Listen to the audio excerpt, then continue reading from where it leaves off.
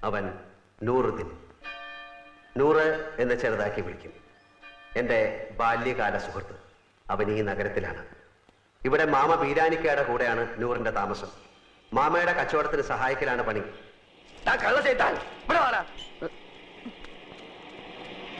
എന്താ മാമ? 78 43 കൂട്ടിയാൽ എത്രണ്ട? 8 3 11. പിന്നെ ഈ 7 4 11 121 അല്ലേ? ഇതെത്ര? അത് 111. ഇങ്ങനെയാണ് കണക്ക് ചെയ്താൽ 10 രൂപയ്ക്ക് എന്റെ ബാപ്പ ഉണ്ടായി തരുമോ? ഇയാളെ മുടിപ്പിക്കാനായിട്ട് കുടിക്കാനല്ലേ?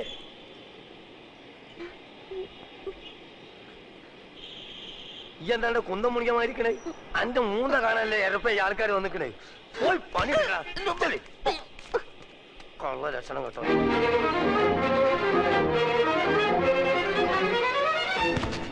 എടാ ദൂരെ എന്റെ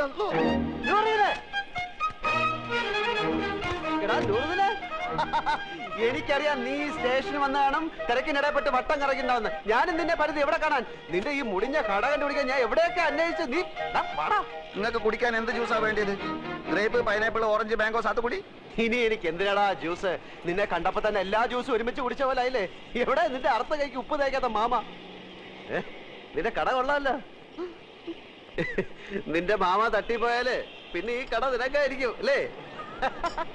ധാരണ്ടേ ഞമ്മക്ക് അറിഞ്ഞൂടാ. നിനക്ക് എന്നെ മനസ്സിലായില്ലേ? എടാ, ഒരു ബെഞ്ചിലിരുന്ന് പഠിച്ച് ഒരു പാത്രത്തിലുണ്ട് ഒരു സിനിമ 3-4 പ്രാവശ്യം ഒരുമിച്ച് കണ്ടേടാ. നൂറേ, നിനക്ക് എന്നെ മനസ്സിലായില്ലടാ. കാള് തെറ്റി. പഠിച്ചവരാണ് മാമ. ഞമ്മക്ക് ഈ ചെയ്താൻ അറിഞ്ഞൂടാ. അറിഞ്ഞുകൂടാത്തവനാണെങ്കിൽ എങ്ങനെയാണ് അർത്ഥമാക്കി ഇപ്പൊ കേട്ടാളെ എന്റെ മാമ നാട്ടുകാർ പറഞ്ഞു കൊടുത്തായിരിക്കും. അതെ, ഒന്ന് വന്നാട്ടെ. വരീ. അതെ, ഈ ചെക്കന്റെ പേര് 100 എന്നാണ് എനിക്കാരെ പറഞ്ഞത്. അതാരെങ്കിലും പറഞ്ഞു തരണോ? ഇമാതിരി മുമ്പിലായക്കാരെ ഞാൻ ദിവസേന കാണുന്നുണ്ട്. ഞാൻ അങ്ങനത്തെ ആളൊന്നുമല്ല. ഇതൊക്കെ ചോദിക്കാൻ നിങ്ങളാരാ? നിന്റെ പേര് എനിക്ക് ആരും പറഞ്ഞു തന്നീലേ? നിങ്ങളുടെ പേര് വന്നിട്ട് എനിക്ക് എന്ത് കാര്യം? കാര്യം തന്നെ എനിക്ക് പറയുമ്പോ കേക്കാം. നീ ഇപ്പൊ പറഞ്ഞില്ല അർത്ഥമാക്കി ഇപ്പൊ കേൾക്കാത്തൊരു മാമനെ പറ്റി. ആ മാമാണ് ഈ മാമ. അയ്യോ മാമ, സോറി മാമ, ഞാൻ അങ്ങനെ ഉദ്ദേശിച്ചൊന്നും പറഞ്ഞല്ല. ഞാൻ ചുമ്മാ പറഞ്ഞ നമുക്ക് ഈ എന്താ നമ്മളെ മാമാന്ന് വിളിക്കുന്നത്? എന്റെ ഉമ്മ എന്താ നമ്മളെ പെങ്ങളച്ചാ? ഇല്ലാത്ത പരിചയം കാട്ടി ഓരോരോ ഹമാറുകൾ വലിഞ്ഞു കയറും കേരളക്കാരെ പറയിപ്പിക്കാൻ. മേലാലിന്റെ പൂടിയന്റെ ചുറ്റുവട്ടത്തിൽ എങ്ങനെ കണ്ടാൽ എന്റെ കാൽ അടിച്ചിട്ട് ഞാൻ എൽഷേപ്പ് ആക്കും. ആ പോ പോ, ഇങ്ങോട്ട് പോ കളവേ. കേസ് ജയിച്ചാൽ അച്ഛന്റെ പെൻഷനും പ്രൊവിഡന്റ് ഫണ്ടും ഒക്കെ കിട്ടുമല്ലോ. അപ്പൊ തിരിച്ചു കൊടുക്കാം. അതാ തൽക്കാലം കടം വാങ്ങാന്ന് വിചാരിച്ചത്. അല്ലാണ്ട് വേറെ വഴിയില്ലല്ലോ. വീട് വിൽക്കാൻ രവിയേട്ടനെതിരെ നിൽക്കുന്നിടത്തോളം കാലം ഇങ്ങനെ വല്ലതും നോക്കുന്ന നല്ലത്.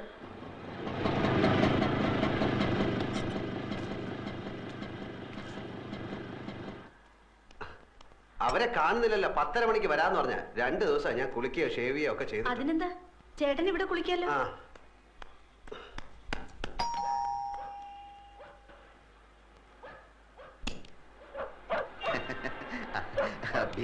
വരൂന്ന് പറഞ്ഞിരുന്നു. വരൂ. ചേട്ടൻ ഇപ്പൊ കുളിക്കാൻ കയറിയതേ ഉള്ളൂ. ഇത്ര നേരം കാത്തിരുന്നു. ഇരിക്കൂ. രവീന്ദ്രനാഥ് മിസ്സിസ് ആണല്ലേ? അതെ ചേട്ടാ, ദേ കാശിന്റെ ആൾക്കാർ വന്നു.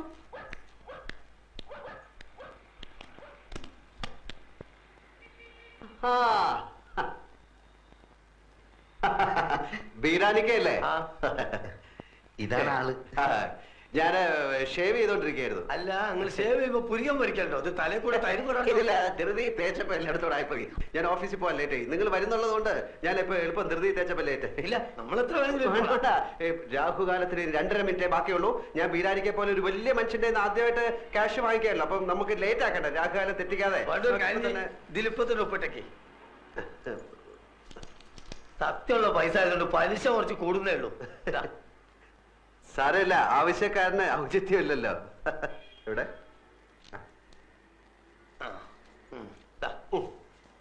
ഇതിലൊരു 40 രൂപയുടെ കുറവുണ്ടാവും. കാരണം ഞാൻ ഓട്ടോറിക്ഷ എടുത്ത് വന്നാണ് ഇങ്ങോട്ട്. അതിന് കൊടുത്ത് നിങ്ങൾ ആവശ്യത്തിന്. സാരമില്ല, ഞങ്ങൾ ആദ്യമായിട്ടാണ് അന്യനായ ഒരാളുടെ കയ്യിൽ നിന്ന് പൈസ കടം വാങ്ങിക്കുന്നത് അല്ലേ? ഞാനും ആദ്യമായിട്ടാണ് ഇത്ര വലിയൊരു എമൗണ്ട് കടം കൊടുക്കണേ. ഇങ്ങനൊരു നിവർത്തിയോട് വന്നതുകൊണ്ട് പിന്നെ ഞാനൊന്ന് കുളിച്ച് റെഡി ആയിട്ട് വരാം. Okay okay okay. അപ്പൊ ഇന്ന് 11, അടുത്ത 21-ന്. അതല്ല നമ്മൾ പറഞ്ഞ മാതിരി 100 പറഞ്ഞില്ലേ? 100 പറഞ്ഞു, എന്നാലും പോരല്ലോ. നമ്മൾ തമ്മിലൊന്നും ഉറപ്പിക്കണ്ടേ? ഞാൻ വാക്ക് മാറില്ല ബീരാനിക്ക. നിങ്ങൾ ധൈര്യമായിട്ട് വെക്കോളൂ. പിന്നെ നമ്മൾ പോയിട്ട് നമ്മളെ പറഞ്ഞ പോലെ. ഒരു മാംഗോ ജ്യൂസ് ചോദിച്ചിട്ട് എത്ര നേരം?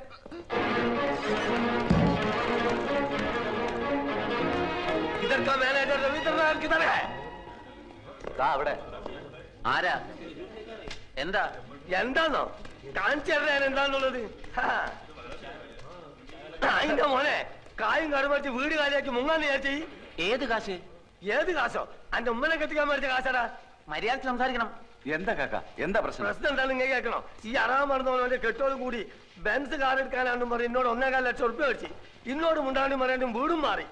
എടാ ഈ മൂന്നമ്മല് സോപ്പും തേച്ച് വന്നപ്പോഴേ എനിക്ക് ലൗട്ട് അടിച്ചതിൽ എന്തോ കുഴപ്പമുണ്ടെന്ന്. എന്താണോ അവിടെ നടക്കുന്നത്? ഒരാൾ വന്നിടന്ന് ബഹളം ഉണ്ടാക്കുന്നു. ഇതെന്റെ ഒപ്പല്ല. പിന്നെ നിങ്ങൾക്കൊക്കെ അറിഞ്ഞൂടെ എനിക്ക് ബെൻസ് കാറൊന്നും ഇല്ലെന്ന്? നീ കായ് മേടിച്ചിട്ട് കാറ് മേടിച്ചോ കാപ്പിക്കൂട് മേടിച്ചോ പുണ്ണാക്ക് മേടിച്ചോ ഒന്നും എനിക്കറിയണ്ട. എടാ പൈസ കാറ് മേടിച്ച് കോട്ട് സൂട്ടിട്ട് എടുക്കാൻ ഉളുപ്പില്ല നമുക്ക്. അതെ പൈസ തരാനറിയുന്നുണ്ട്, വാങ്ങാനും എനിക്കറിയാം. അത് വാങ്ങിയിട്ട് അവിടുന്ന് പോകൂ. നിങ്ങൾക്ക് അറിയോ അടുത്ത ആഴ്ച എന്റെ മോളെ നിൽക്കാനാണ്. എനിക്ക് പൈസ കിട്ടണം. കൊറേ നമുക്ക് എന്റെ പൈസ. ബഹളം വെച്ചിട്ട് ഒരു കാര്യമില്ല. നിങ്ങൾക്ക് എന്തെങ്കിലും കംപ്ലൈന്റ് ഉണ്ടെങ്കിൽ MD അടുത്ത് പറയൂ. ഏത് തട്ടി? MD അല്ല, MD, മാനേജിംഗ് ഡയറക്ടർ, അതായത് മുതലാളി. എവിടോ അതാ അവിടെ ഉണ്ട്. ഇനിയൊന്നും നോക്കാനില്ല, അകത്ത് കയറ്റരുത്, അടിച്ച് പണി കഴിച്ചോളാം. അസ്ഥല് തണ്ടക്ക് പറഞ്ഞവൻ എന്റെ കാശ് മേടിച്ചാടാ പന്നി. ഇങ്ങോട്ട് ഇറങ്ങി വാടാ. ഇന്ന് രണ്ടിലൊന്നും അറിഞ്ഞിട്ട വീരാൻ ഇവിടുന്ന് പോകുള്ളൂ. ഇങ്ങോട്ട് ഇറങ്ങി വാടാ. മാറുതായിന്റെ മോനെ അവിടെ തള്ളി കൊല്ലാൻ പറഞ്ഞു കിട്ടി. പോലെ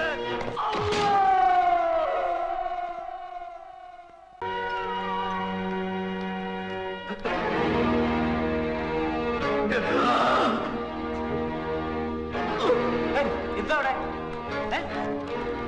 ആരാ ആൽഫി ഇത്?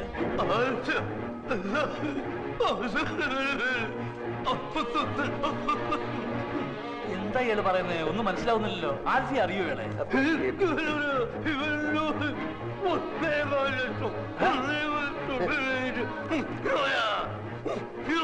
ഇത് എവിടുത്തെ ഭാഷയാണ്? ഏതാ ഈ പൂതം?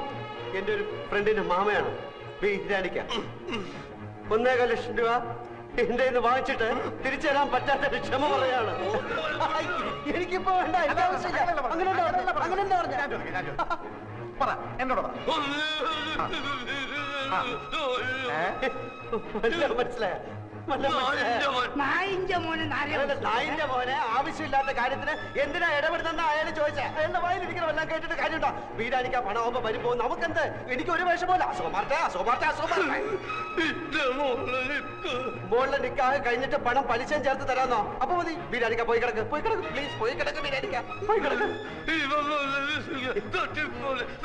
തട്ടിപ്പോകുന്നതിന് മുമ്പ് ഈ നിക്കാഹ് ഞാൻ നടത്തും. നിക്കാഹ് നടത്തുന്നതിന് മുമ്പ് തട്ടിപ്പോകുന്നുള്ളതിന്റെ ആദ്യം പേടി. എന്താ എന്റെ ഫ്രണ്ടിന്റെ മാമയാണ് മകളുടെ കല്യാണം നടത്തുന്ന കാര്യം പറഞ്ഞോണ്ടിരിക്കുക. മോടെ കല്യാണം ഒക്കെ ഞങ്ങൾ നടത്തി തരാം. ആരോ അടിച്ച് കവിളിലെ എല്ല് പൊട്ടി. ശരിയാകും, കുറച്ച് സമയം എടുക്കും. 100 കോടി പുണ്യം കിട്ടുമെന്ന് പറയായിരുന്നു. ഇയാളെ പിടിച്ച് പെട്ടിക്കടത്ത് സ്ട്രാപ്പ് ചെയ്തിട്ടേക്കണം. എഴുന്നേക്കാൻ സമ്മതിക്കാം. ഞങ്ങൾ നടത്തിക്കോളാം. നിങ്ങൾ പൊയ്ക്കോളി. പന്നീന്റെ മോന് പനിയുണ്ടാവും മാമ. മുറിവ് ഉണങ്ങുമ്പോ പൊയ്ക്കോളും. മോളുടെ നിക്കാഹ് ഞങ്ങൾ നടത്തിക്കോളാം. മോളുടെ നിക്കാഹ് നടത്തി തരണം എന്നല്ലേ പറഞ്ഞത്? അതെ, അതെങ്ങനെ മനസ്സിലായി? പുതുതായിട്ട് പലതും കാണുകയും കേൾക്കുകയൊക്കെ ചെയ്യുമ്പോഴല്ലേ ചിലതൊക്കെ മനസ്സിലായി വരുന്നത് അല്ലേ? കാണുക ഇയാളെന്താ ഒരുമാതിരി മുള്ള വെച്ച പോലെ വർത്താനം പറയുന്നത്? നീ ഈ പാവത്തിന് 1.25 ലക്ഷം രൂപ പറ്റിച്ചു അല്ലേ?